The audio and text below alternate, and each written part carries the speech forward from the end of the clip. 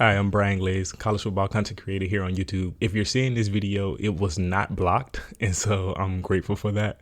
Thank you for watching the channel and for the support. If you've been here for a while, and if you're new, I hope you stick around.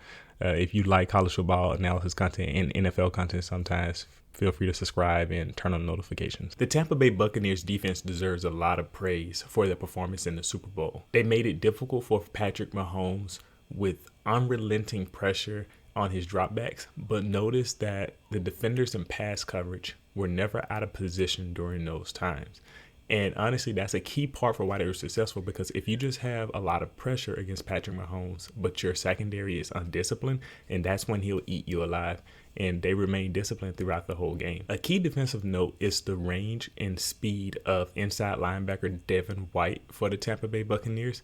If you notice, he can move sideline to sideline and on those swing passes and check downs to the flats and even just pitch passes to the outside. He's able to run and keep up with the play so that the defense doesn't get stretched out far and doesn't get beat to the edges. Without that type of play at inside linebacker, it's really hard to contain an offense with explosive skill players like the Kansas City Chiefs.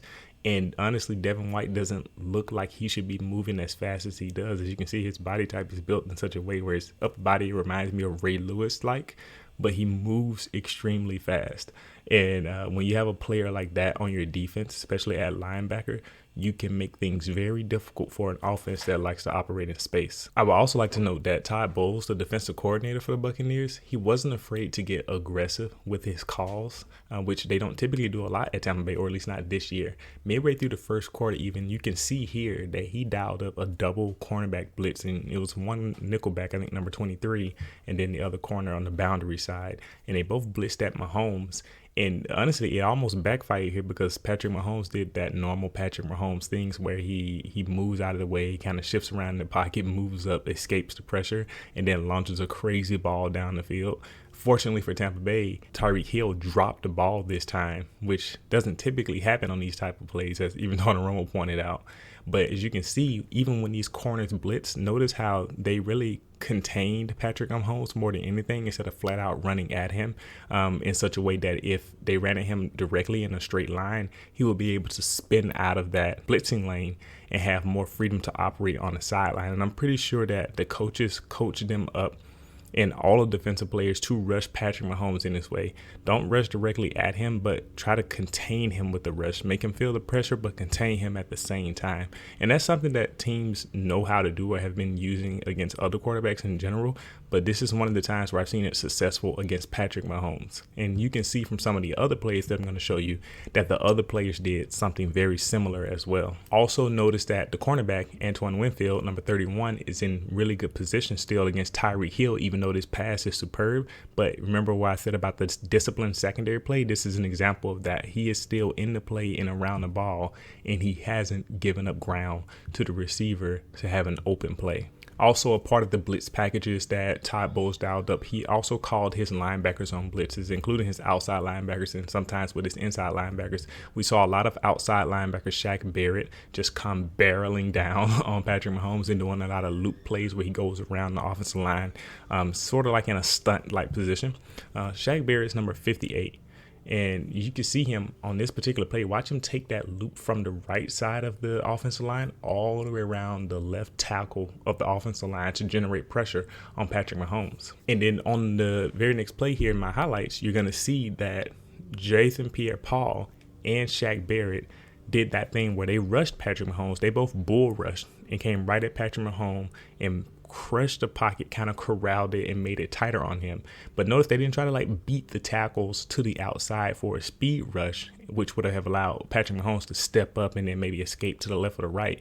But they pushed their tackles directly into the face of Patrick Mahomes, still generating pressure because they were getting really, really close, and they created the opportunity where it's like, oh, they're in my face.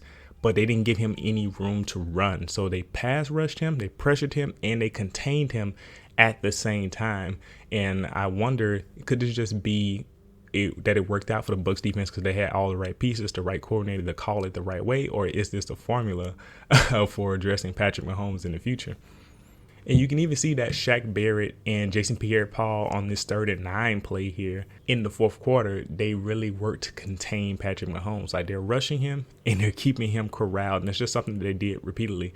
And Todd Bowles and the Bucs overall, I think they played a lot of contain on Mahomes as well late in the game after they were already up big, and they were like, we don't have to rush him as much. We can play contain and pass rush on deep downs when we have to, and that's when they start to hit him even more and get more sacks, and just saw him go to the ground, as you can see on some of these plays as we really close out the video here.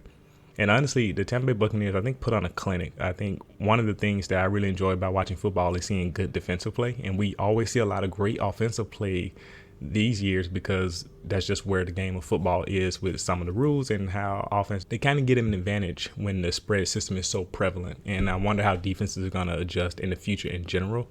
But to see a game like this was kind of a breath of fresh air in my opinion.